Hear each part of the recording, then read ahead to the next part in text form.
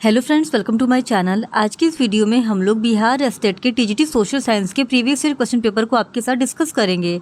इससे पहले की वीडियोस में भी हमने बिहार स्टेट के टीजीटी सोशल साइंस के प्रीवियस ईयर क्वेश्चन पेपर को डिस्कस किया है। अगर अभी तक आपने उन वीडियोज़ को नहीं देखा है तो उन वीडियोज़ का लिंक आपको डिस्क्रिप्शन बॉक्स में मिल जाएगा, आप उन्हें जाके देख सकते हैं। तो बिना देरी किए चलिए आज का ये वीडियो स्टार्ट करते हैं। तो आज की इस वीडियो में हम लोग बिहार स्टेट के 7 सितंबर 2023 के शिफ्ट 4 में पूछे गए एसएसटी के क्वेश्चंस का ही डिस्कशन करेंगे। तो क्वेश्चन नंबर 1 है, कुस्तुनतुनिया का पतन किस वर्ष हुआ? तो इस क्वेश्चन का सही जवाब है ऑप्शन बी 1453 में। कुस्तुनतुनिया का पतन वर्ष 1453 में हुआ था। फिर क्वेश्चन नंबर 2, अब्दुल मजीद कहाँ का व्यापारी था? तो इस क्वेश्चन का सही जवाब है ऑप्शन डी भारत।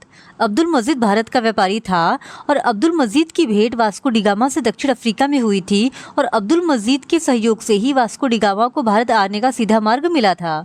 फिर क्वेश्चन नंबर 3, बोस्टन की चाय पार्टी घटना कब घटी? तो इस क्वेश्चन का सही जवाब है ऑप्शन सी 1773 में। बोस्टन की चाय पार्टी की घटना 1773 ईस्वी में घटी थी। 1773 ईस्वी में चाय कानून द्वारा ईस्ट इंडिया कंपनी को भारत से सीधे अमेरिका चाय भेजने का एकाधिकार प्रदान किया गया, जिसका उपनिवेशवादियों ने जबरदस्त विरोध किया। जब चाय से लदा हुआ जहाज अमेरिका के बोस्टन बंदरगाह पे पहुंचा तो वहां के कुछ नागरिक आदिवासियों जैसे कपड़े पहनकर उस जहाज पर पहुंचे और उन्होंने चाय की सभी पेटियां समुद्र में फेंक दी। इसी घटना को बोस्टन टी पार्टी के नाम से जाना जाता है।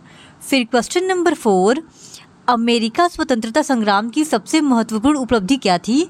तो इस क्वेश्चन का सही जवाब है ऑप्शन डी गणतंत्रात्मक व्यवस्था का पहला प्रयोग। अमेरिका स्वतंत्रता संग्राम की सबसे महत्वपूर्ण उपलब्धि गणतंत्रात्मक व्यवस्था का पहला प्रयोग था। फिर क्वेश्चन नंबर 5, फ्रांस की क्रांति के समय वहाँ का राजा कौन था?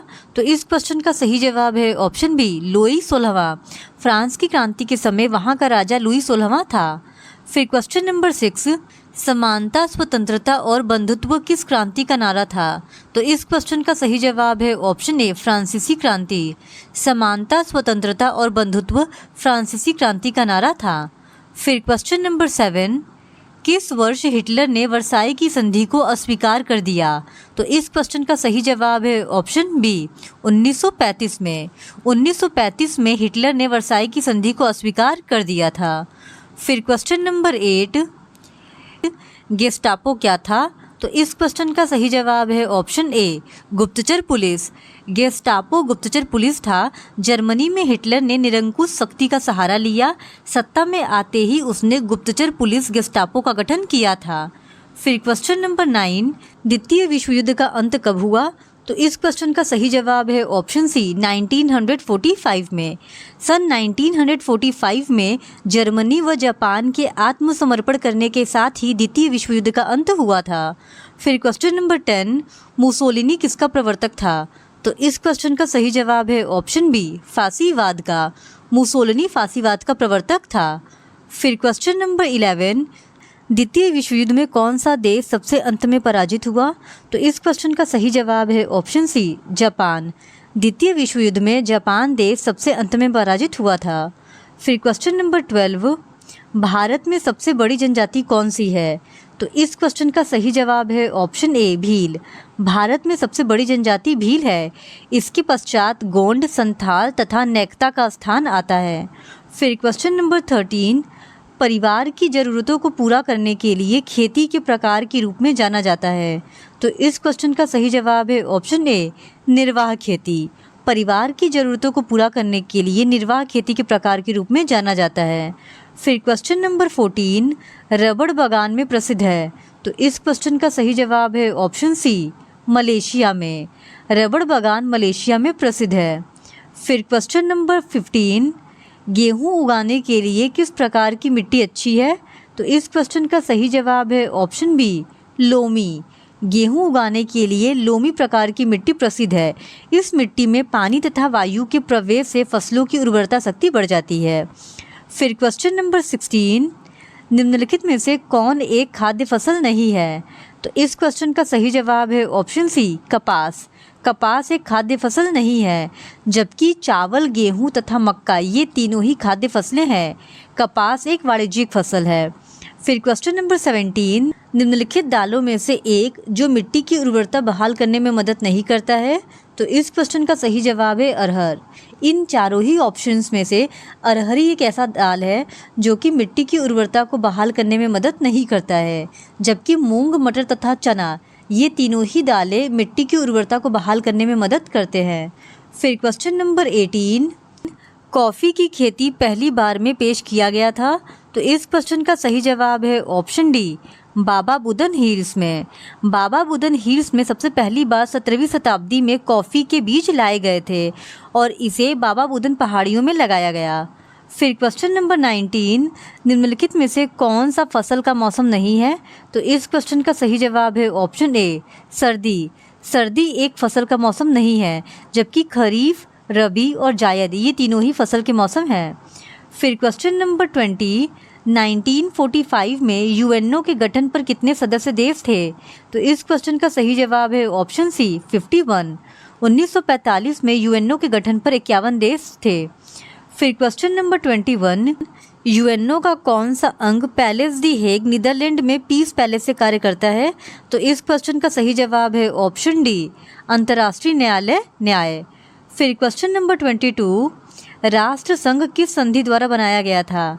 तो इस क्वेश्चन का सही जवाब है ऑप्शन सी, वर्साई की संधि। राष्ट्र संघ वर्साई की संधि के द्वारा बनाया गया था। फिर क्वेश्चन नंबर 23, निम्नलिखित में से कौन सा राष्ट्र कभी भी राष्ट्र संघ का सदस्य नहीं था। तो इस क्वेश्चन का सही जवाब है ऑप्शन ए, संयुक्त राज्य अमेरिका। यह कभी भी राष्ट्र संघ का सदस्य नहीं था। फिर क्वेश्चन नंबर 24, जलियांवाला बाग हत्याकांड कब हुआ था। तो इस क्वेश्चन का सही जवाब है ऑप्शन ए, 13 अप्रैल 1919 को अमृतसर के जलियांवाला बाग में वैसाखी के दिन जलियांवाला बाग हत्याकांड हुआ था, जहां पर जनरल ओ डायर ने भीड़ पर गोली चलाने का आदेश दिया था। फिर क्वेश्चन नंबर 25, हिंद स्वराज नामक पुस्तक किसने लिखी थी। तो इस क्वेश्चन का सही जवाब है ऑप्शन डी, महात्मा गांधी। महात्मा गांधी ने ही 1909 ईस्वी में हिंद स्वराज नामक पुस्तक लिखी थी। यह पुस्तक महात्मा गांधी ने लंदन से दक्षिण अफ्रीका की यात्रा के दौरान गुजराती भाषा में लिखी थी। फिर question number 26, all India trade union Congress का गठन कब और किसकी अध्यक्षता में किया गया था। तो इस क्वेश्चन का सही जवाब है ऑप्शन ए, 31 अक्टूबर 1920 Lala Lajpat Rai. All India trade union Congress का गठन NM जोशी द्वारा 31 अक्टूबर 1920 में बम्बई में हुआ था और इसके प्रथम अध्यक्ष लाला लाजपत राय थे। फिर क्वेश्चन नंबर 27, औद्योगिक क्रांति सर्वप्रथम किस देश में हुई। तो इस क्वेश्चन का सही जवाब है ऑप्शन ए, इंग्लैंड में। औद्योगिक क्रांति सर्वप्रथम इंग्लैंड में हुई थी। फिर क्वेश्चन नंबर 28, चार्ल्स डिकेंस द्वारा रचित उपन्यास डॉम्बी एंड सन्स कब प्रकाशित हुआ। तो इस क्वेश्चन का सही जवाब है ऑप्शन बी, 1848 में। चार्ल्स डिकेंस द्वारा रचित उपन्यास डॉम्बी एंड सन्स 1848 में प्रकाशित हुई थी। फिर क्वेश्चन नंबर 29, मेगास्थनीज ने पाटलिपुत्र की यात्रा किसके शासनकाल में की थी। तो इस क्वेश्चन का सही जवाब है ऑप्शन डी, चंद्रगुप्त मौर्य। मेगास्थनीज यूनानी राजदूत था जिसने चंद्रगुप्त मौर्य के शासनकाल में पाटलिपुत्र की यात्रा की थी और इसने एक बुक लिखी थी जिसका नाम था इंडिका। फिर क्वेश्चन नंबर 30, भारत में नई आर्थिक नीति की घोषणा कब की गई। तो भारत में नई आर्थिक नीति की घोषणा 1991 में की गई थी, यानी ऑप्शन बी इज करेक्ट। फिर क्वेश्चन नंबर 31, ओटावा सम्मेलन किस वर्ष हुआ। तो इस क्वेश्चन का सही जवाब है ऑप्शन डी, 1932 में। 1932 में ब्रिटिश साम्राज्य के देशों का एक आर्थिक सम्मेलन हुआ जो कि कनाडा के ओटावा में हुआ था और इस सम्मेलन में इन देशों के बीच एक व्यापारिक समझौता हुआ जिस समझौते को ओटावा समझौता कहा जाता है। इस समझौते के अनुसार साम्राज्यीय देशों ने आपस में एक दूसरे के लिए आयात निर्यात करों को कम किया था। फिर क्वेश्चन नंबर 32, रेशम मार्ग कहाँ से प्रारंभ होता था। तो इस क्वेश्चन का सही जवाब है ऑप्शन बी, चीन। रेशम मार्ग चीन से प्रारंभ होता था। फिर क्वेश्चन नंबर 33, यूरोप में कागज बनाने का पहला कारखाना कहाँ खोला गया। तो यूरोप में कागज बनाने का पहला कारखाना जर्मनी में खोला गया था, यानी ऑप्शन सी इज करेक्ट। फिर क्वेश्चन नंबर 34, पाक जल संधि भारत को किस देश से अलग करता है। तो इस क्वेश्चन का सही जवाब है ऑप्शन बी, श्रीलंका। पाक जल संधि भारत को श्रीलंका से अलग करता है। फिर क्वेश्चन नंबर 35, मैकमोहन रेखा भारत को किस देश से अलग करती है? तो मैकमोहन रेखा भारत को चीन से अलग करती है, जबकि पाकिस्तान से भारत को रेडक्लिफ लाइन अलग करती है, और अफगानिस्तान और पाकिस्तान के बीच में जो सीमा रेखा है उसको डुरंड रेखा के नाम से जाना जाता है। फिर क्वेश्चन नंबर 36, गंगा नदी की लंबाई है? तो गंगा नदी की लंबाई 2525 किलोमीटर है, यानी ऑप्शन ए इज करेक्ट। फिर क्वेश्चन नंबर 37, भाखड़ा नांगल परियोजना किस नदी पर स्थित है? तो भाखड़ा नांगल परियोजना सतलज नदी पर स्थित है, यानी ऑप्शन ए इज करेक्ट। फिर क्वेश्चन नंबर 38, भारत में दक्षिण पश्चिम मानसून का आगमन कब से होता है? तो भारत में दक्षिण पश्चिम मानसून का आगमन 1 जून से होता है, और यहाँ पर सर्वाधिक वर्षा दक्षिण पश्चिम मानसून से ही होता है। फिर क्वेश्चन नंबर 39, इनमें से किस राज्य में मैंग्रोव वन पाए जाते हैं? तो पश्चिम बंगाल में सर्वाधिक मैंग्रोव वन पाए जाते हैं। फिर क्वेश्चन नंबर 40, भारत में जीवमंडल रिजर्व की संख्या कितनी है? तो भारत में जीवमंडल रिजर्व की संख्या 18 है, यानी ऑप्शन डी इज करेक्ट। फिर क्वेश्चन नंबर 41, दाची ग्राम जो जम्मू कश्मीर में स्थित है क्या है? तो दाची ग्राम जो जम्मू कश्मीर में स्थित है यह एक राष्ट्रीय उद्यान है, यानी ऑप्शन बी इज राइट। फिर क्वेश्चन नंबर 42, सर्वाधिक कम जनसंख्या भारत के किस राज्य में है? तो सर्वाधिक कम जनसंख्या भारत के सिक्किम राज्य में है, जबकि अगर बात करें सबसे अधिक जनसंख्या वाला राज्य, तो सबसे अधिक जनसंख्या वाला राज्य भारत का उत्तर प्रदेश है, और अगर यूनियन टेरिटरी में सबसे अधिक जनसंख्या की बात करें तो वो दिल्ली है। फिर क्वेश्चन नंबर 43, आधिकारिक रूप से कितने वर्षों पर जनगणना होती है? तो आधिकारिक रूप से जनगणना प्रत्येक 10 वर्षों पर होती है, यानी ऑप्शन बी इज करेक्ट। फिर क्वेश्चन नंबर 44, भारत के साथ बांग्लादेश की स्थलीय सीमा कितनी लंबी है? तो भारत के साथ बांग्लादेश की स्थलीय सीमा 4096 किलोमीटर लंबी है, और चीन की सीमा भारत के साथ 3488 किलोमीटर लंबी लगती है। फिर क्वेश्चन नंबर 45, भूटान में औसत वार्षिक वर्षा कितनी होती है? तो भूटान में औसत वार्षिक वर्षा 191.6 सेंटीमीटर होती है। फिर क्वेश्चन नंबर 46, गंडक नदी को नेपाल में किस नाम से जाना जाता है? तो गंडक नदी को नेपाल में नारायणी नदी के नाम से जाना जाता है। फिर क्वेश्चन नंबर 47, मानचित्र की दूरी को मापनी में क्या कहा जाता है? तो मानचित्र की दूरी को मापनी में अंश कहा जाता है, यानी ऑप्शन ए इज करेक्ट। फिर क्वेश्चन नंबर 48, पृथ्वी के अक्ष के सिरों को कहते हैं? तो पृथ्वी के अक्ष के सिरों को ध्रुव कहते हैं, यानी ऑप्शन सी इज करेक्ट। फिर क्वेश्चन नंबर 49, पृथ्वी का कितना भाग जल से घिरा है? तो पृथ्वी का 71% भाग जल से घिरा है, यानी ऑप्शन सी इज राइट। फिर क्वेश्चन नंबर 50, विकास की स्थिति के आधार पर संसाधनों को डैश के रूप में वर्गीकृत किया जाता है। तो इस क्वेश्चन का सही जवाब है ऑप्शन डी, उपरोक्त सभी। विकास की स्थिति के आधार पर संसाधनों को संभावित, विकसित, स्टॉक तथा रिजर्व संसाधनों के रूप में वर्गीकृत किया जाता है। फिर क्वेश्चन नंबर 51, जून 1992 में पहले अंतर्राष्ट्रीय पृथ्वी शिखर सम्मेलन के लिए ब्राज़ील में डैश में 100 से अधिक राष्ट्राध्यक्ष मिले। तो इस क्वेश्चन का सही जवाब है ऑप्शन ए, रियो दी जेनेरियो। जून 1992 में पहले अंतर्राष्ट्रीय पृथ्वी शिखर सम्मेलन के लिए ब्राज़ील के शहर रियो दी जेनेरियो में 100 से अधिक राष्ट्राध्यक्ष मिले थे। फिर क्वेश्चन नंबर 52, भारत का लगभग डैश मैदानी क्षेत्र है जो कृषि और उद्योग के लिए सुविधाएं प्रदान करता है। तो इस क्वेश्चन का सही जवाब है ऑप्शन ए, 0.43। भारत का लगभग 0.43% मैदानी क्षेत्र है जो कृषि और उद्योग के लिए सुविधाएं प्रदान करता है। फिर क्वेश्चन नंबर 53, शुद्ध बोए गए क्षेत्र का पैटर्न एक राज्य से दूसरे राज्य में बहुत भिन्न होता है। यह डैश में कुल क्षेत्रफल का 80% से अधिक है।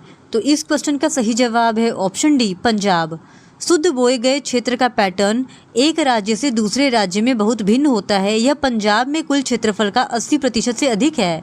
फिर क्वेश्चन नंबर 54, मीठे पानी का लगभग 70% डैश ग्रीनलैंड और दुनिया के पर्वतीय क्षेत्रों में बर्फ की चादरों और ग्लेशियरों के रूप में होता है। तो इस क्वेश्चन का सही जवाब है ऑप्शन ए, अंटार्कटिका। मीठे पानी का लगभग 70% अंटार्कटिका, ग्रीनलैंड और दुनिया के पर्वतीय क्षेत्र में बर्फ की चादरों और ग्लेशियरों के रूप में होता है। फिर क्वेश्चन नंबर 55, राणा प्रताप सागर बांध। तो इस क्वेश्चन का सही जवाब है ऑप्शन सी, राजस्थान। राणा प्रताप सागर बांध राजस्थान राज्य में कोटा के पास स्थित है। टेहरी बांध उत्तराखंड राज्य में स्थित है। फिर क्वेश्चन नंबर 56, निम्नलिखित में से कौन पानी की कमी का कारण नहीं है? तो इस क्वेश्चन का सही जवाब है ऑप्शन डी, इनमें से कोई नहीं। यानी अति शोषण, बढ़ती आबादी और अत्यधिक उपयोग, ये तीनों ही पानी की कमी का कारण नहीं है। फिर क्वेश्चन नंबर 57, प्लेसर जमा के संबंध में निम्नलिखित में से कौन सा कथन गलत है? तो इस क्वेश्चन का सही जवाब है ऑप्शन बी, यानी दूसरा और तीसरा जो कथन है वो प्लेसर जमा के बारे में गलत है। दूसरा कथन है पानी से इसका क्षरण होता है, ये स्टेटमेंट गलत है, और इसके साथ ही साथ वे समुद्र तल में पाए जाते हैं, ये स्टेटमेंट भी गलत है। फिर क्वेश्चन नंबर 58, काकरापारा परमाणु ऊर्जा स्टेशन, तो इस क्वेश्चन का सही जवाब है ऑप्शन डी, गुजरात। काकरापारा परमाणु ऊर्जा स्टेशन गुजरात राज्य में स्थित है। फिर क्वेश्चन नंबर 59, संविधान की धारा 21 का संबंध है। तो संविधान की धारा 21 का संबंध वन्य जीवों तथा प्राकृतिक संसाधनों के संरक्षण से है। फिर क्वेश्चन नंबर 60, चिपको आंदोलन के प्रणेता कौन है? तो चिपको आंदोलन के प्रणेता सुंदरलाल बहुगुणा थे और चिपको आंदोलन उत्तराखंड से शुरू हुआ था। फिर question number 61, red data book क्या है? तो पहला स्टेटमेंट है सामान्य प्रजातियों के विलुप्त होने के खतरे से अवगत किया जाता है, ये सही है। फिर इसके साथ ही दूसरा स्टेटमेंट है संकटग्रस्त प्रजातियां सर्वमान्य रूप से चिन्हित होते हैं, ये कथन भी सत्य है। और तीसरा स्टेटमेंट है स्थानीय स्तर पर संकटग्रस्त प्रजातियों की पहचान एवं उनके संरक्षण से संबंधित कार्यक्रम को प्रोत्साहन देना, तो ये स्टेटमेंट भी सही है। यानी इस क्वेश्चन का सही जवाब हो जाएगा ऑप्शन डी, इनमें से सभी सही है। फिर क्वेश्चन नंबर 62, भारत में अत्यधिक जैव विविधता का धनी क्षेत्र है। तो इस क्वेश्चन का सही जवाब है ऑप्शन सी, पश्चिमी घाट। भारत में अत्यधिक जैव विविधता का धनी क्षेत्र पश्चिमी घाट है। फिर क्वेश्चन नंबर 63, भोपाल त्रासदी में किस गैस का रिसाव हुआ था? तो इस क्वेश्चन का सही जवाब है ऑप्शन सी, मिथाई आइसोसाइनाइट। फिर क्वेश्चन नंबर 64, इनमें से कौन उपभोक्ता उद्योग है? तो इस क्वेश्चन का सही जवाब है ऑप्शन सी, चीनी उद्योग। चीनी उद्योग एक उपभोक्ता उद्योग है। फिर क्वेश्चन नंबर 65, इनमें से कौन इस्पात केंद्र समुद्र के निकट है? तो इस क्वेश्चन का सही जवाब है ऑप्शन ए, विशाखापत्तनम। विशाखापत्तनम इस्पात केंद्र समुद्र के निकट है। फिर क्वेश्चन नंबर 66, भारत का सर्वाधिक विदेशी व्यापार किस मार्ग द्वारा होता है? तो भारत का सर्वाधिक विदेशी व्यापार समुद्री मार्ग के द्वारा होता है। फिर क्वेश्चन नंबर 67, भारत में सबसे ऊंची सड़क कहाँ मिलती है? तो इस क्वेश्चन का सही जवाब है ऑप्शन सी, भारत में सबसे ऊंची सड़क लद्दाख में मिलती है। फिर क्वेश्चन नंबर 68, बाढ़ कौन सी आपदा है? तो बाढ़ एक प्राकृतिक आपदा है, यानी ऑप्शन सी इज करेक्ट। फिर क्वेश्चन नंबर 69, हमारे देश की प्रमुख खाद्यान्न फसल कौन सी है? तो हमारे देश की प्रमुख खाद्यान्न फसल चावल है, यानी ऑप्शन ए इज करेक्ट। फिर क्वेश्चन नंबर 70, दुर्गावती जलाशय परियोजना बिहार के किस जिले में स्थित है? तो दुर्गावती जलाशय परियोजना बिहार राज्य के कैमूर जिले में स्थित है, यानी ऑप्शन बी इज करेक्ट। फिर क्वेश्चन नंबर 71, काली मिट्टी का दूसरा नाम क्या है? तो काली मिट्टी का दूसरा नाम रेगुर मिट्टी है, जो कि कपास की खेती के लिए उपयुक्त मानी जाती है। फिर क्वेश्चन नंबर 72, बिहार का सर्वाधिक वर्षा वाला जिला कौन सा है? तो बिहार का सर्वाधिक वर्षा वाला जिला किशनगंज है, यानी ऑप्शन ए इज करेक्ट। फिर क्वेश्चन नंबर 73, चिली में सुधार कार्यक्रम के विरोधी थे। तो इस क्वेश्चन का सही जवाब है ऑप्शन डी, उपरोक्त सभी। चिली के राष्ट्रपति ओयदे ने बहुत सारे सुधार कार्यक्रम चलाए थे, जो कि वहाँ के जमींदार, अमीर लोगों और चर्च को पसंद नहीं आ रहे थे। इसी वजह से इस क्वेश्चन का सही जवाब हो जाएगा ऑप्शन डी, उपरोक्त सभी। फिर क्वेश्चन नंबर 74, भारत की वित्तीय राजधानी है। तो भारत की वित्तीय राजधानी ऑप्शन डी, मुंबई है। फिर क्वेश्चन नंबर 75, रंग भेद की नीति किस देश में कायम था? तो इस क्वेश्चन का सही जवाब है ऑप्शन ए, दक्षिण अफ्रीका। रंग भेद की नीति दक्षिण अफ्रीका में कायम थी। फिर क्वेश्चन नंबर 76, भारतीय संविधान में प्रस्तावना किस वाक्य से आरंभ किया गया है? तो इस क्वेश्चन का सही जवाब है ऑप्शन बी, हम भारत के लोग। भारतीय संविधान में प्रस्तावना का आरंभ हम भारत के लोग से होता है। फिर क्वेश्चन नंबर 77, स्वतंत्र एवं निष्पक्ष चुनाव कराने की जिम्मेदारी किसकी है? तो स्वतंत्र एवं निष्पक्ष चुनाव कराने की जिम्मेदारी चुनाव आयोग की है, यानी ऑप्शन बी इज करेक्ट। फिर क्वेश्चन नंबर 78, तेलुगु स्वाभिमान का नारा किस राज्य में दिया गया? तो इस क्वेश्चन का सही जवाब है ऑप्शन सी, आंध्र प्रदेश। 1983 में आंध्र प्रदेश के विधानसभा चुनावों में तेलुगु देशम पार्टी के नेता एन.टी. रामाराव ने तेलुगु स्वाभिमान का नारा दिया था। फिर क्वेश्चन नंबर 79, पंचायती राज का वर्णन संविधान के किस अनुच्छेद में किया गया है? तो पंचायती राज का वर्णन संविधान के अनुच्छेद 40 में किया गया है, यानी ऑप्शन ए इज करेक्ट। फिर क्वेश्चन नंबर 80, संविधान के किस भाग में मौलिक कर्तव्य का जिक्र है? तो इस क्वेश्चन का सही जवाब है ऑप्शन सी, भाग 4A। संविधान के भाग 4A में मौलिक कर्तव्य का जिक्र किया गया है। स्वर्ण सिंह समिति के कहने पे मौलिक कर्तव्य को भारत के संविधान में जोड़ा गया था। फिर क्वेश्चन नंबर 81, उच्च सदन है, तो उच्च सदन राज्यसभा को कहा जाता है। फिर क्वेश्चन नंबर 82, मतदान करने की कम से कम उम्र क्या है? तो मतदान करने की कम से कम उम्र 18 वर्ष है। फिर क्वेश्चन नंबर 83, मतगणना का कार्य कौन करता है? तो मतगणना का कार्य चुनाव आयोग के द्वारा किया जाता है। फिर क्वेश्चन नंबर 84, बिहार विधानसभा में कितने निर्वाचन क्षेत्र हैं? तो इस क्वेश्चन का सही जवाब है ऑप्शन सी, 243। बिहार विधानसभा में कुल सीटों की संख्या 243 है, जबकि बिहार के विधान परिषद में कुल सीटों की संख्या 75 है। बिहार के लोकसभा में कुल सीटों की संख्या 40 है और बिहार से राज्यसभा में कुल सीटों की संख्या 16 है। फिर क्वेश्चन नंबर 85, बिहार बंगाल से अलग कब हुआ था? तो आयोग ने इस क्वेश्चन का सही जवाब मानना है 1936 को, जो कि गलत है, क्योंकि 1936 में बिहार से उड़ीसा अलग हुआ था, न कि बिहार से बंगाल। 1 अप्रैल 1912 को बिहार को बंगाल से अलग किया गया था, जबकि बिहार को बंगाल से अलग करने की घोषणा 12 दिसंबर 1911 को ही दिल्ली दरबार में किया गया था। फिर क्वेश्चन नंबर 86, राजनीतिक कार्यपालिका में सर्वोच्च पद होता है? तो राजनीतिक कार्यपालिका में सर्वोच्च पद राष्ट्रपति का होता है। फिर क्वेश्चन नंबर 87, निम्न सदन है, तो लोकसभा को निम्न सदन कहा जाता है। फिर क्वेश्चन नंबर 88, सूचना के अधिकार अधिनियम को भारत में कब लागू किया गया? तो इस क्वेश्चन का सही जवाब है ऑप्शन डी, 12 अक्टूबर 2005 में सूचना का अधिकार भारत में लागू किया गया था। फिर क्वेश्चन नंबर 89, रंग भेद की नीति के विरुद्ध आवाज़ उठाने वाले कौन थे? तो रंग भेद की नीति के विरुद्ध आवाज़ उठाने वाले मार्टिन लूथर किंग थे, यानी ऑप्शन सी इज करेक्ट। फिर क्वेश्चन नंबर 90, 15वीं लोकसभा में महिलाओं की कितनी भागीदारी थी? तो इस क्वेश्चन का सही जवाब है ऑप्शन ए, 10.68%।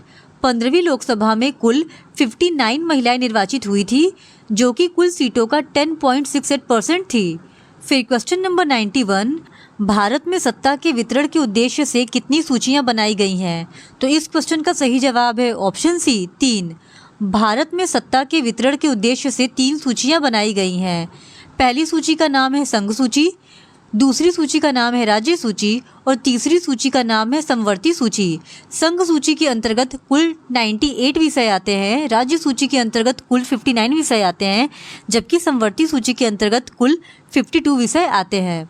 फिर क्वेश्चन नंबर 92, सूचना के अधिकार के आंदोलन की शुरुआत किस राज्य से हुई?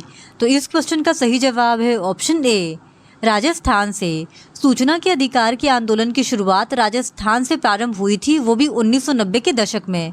फिर क्वेश्चन नंबर 93, संपूर्ण क्रांति का उद्देश्य क्या था? तो इस क्वेश्चन का सही जवाब है ऑप्शन बी, निर्वाचित सरकार को बदलना। संपूर्ण क्रांति का प्रमुख उद्देश्य निर्वाचित सरकार को बदलना था। 5 जून 1974 को पटना के गांधी मैदान से जयप्रकाश नारायण ने इस क्रांति का नेतृत्व किया था। फिर क्वेश्चन नंबर 94, प्राथमिक शिक्षा के मौलिक अधिकार को संविधान में कब जगह दी गई? तो प्राथमिक शिक्षा के मौलिक अधिकार को संविधान में जगह 2002 को दी गई। 86वें संविधान संशोधन 2002 के द्वारा प्रारंभिक शिक्षा को मूल अधिकार बनाया गया था। फिर क्वेश्चन नंबर 95, मानव अधिकारों को संयुक्त राष्ट्र के द्वारा मान्यता कब प्रदान की गई? तो मानव अधिकारों को संयुक्त राष्ट्र के द्वारा मान्यता 10 दिसंबर 1948 में दी गई थी। फिर question number 96, Bharatiya Janata party का मुख्य प्रेरक सिद्धांत क्या है? तो भारतीय जनता पार्टी का मुख्य प्रेरक सिद्धांत आधुनिकता है। फिर क्वेश्चन नंबर 97, लोकतंत्र की सफलता के मूल्यांकन का सही आधार क्या है? तो इस क्वेश्चन का सही जवाब है ऑप्शन डी, लोकतंत्र एक शासन उत्तरदायी शासन व्यवस्था है। फिर क्वेश्चन नंबर 98, भारत में किस प्रकार की लोकतंत्र की व्यवस्था है? तो इस क्वेश्चन का सही जवाब है ऑप्शन सी, प्रत्यक्ष एवं अप्रत्यक्ष दोनों। भारत में प्रत्यक्ष एवं अप्रत्यक्ष दोनों ही प्रकार की शासन की व्यवस्था पाई जाती है। फिर क्वेश्चन नंबर 99, भारत में लोकतंत्र की सफलता में बड़ी बाधा क्या है? तो इस क्वेश्चन का सही जवाब है ऑप्शन डी, इनमें से सभी। अशिक्षा, मतदान का दुरुपयोग एवं गरीबी, ये तीनों ही कारण लोकतंत्र की असफलता के हैं। फिर क्वेश्चन नंबर 100, लोकतंत्र के सामने सबसे बड़ी चुनौती क्या है? तो लोकतंत्र के सामने सबसे बड़ी चुनौती है लोकतंत्र को सशक्त बनाने की, यानी ऑप्शन सी इज करेक्ट। इस तरह आज के वीडियो में हमने बिहार एस्टेट के टीजीटी सोशल साइंस के क्वेश्चन पेपर को डिस्कस कर लिया है। अगर आप इसी तरह और भी प्रीवियस ईयर क्वेश्चन पेपर को देखना चाहते हैं तो please do subscribe to my channel and like this video. Thank you very much.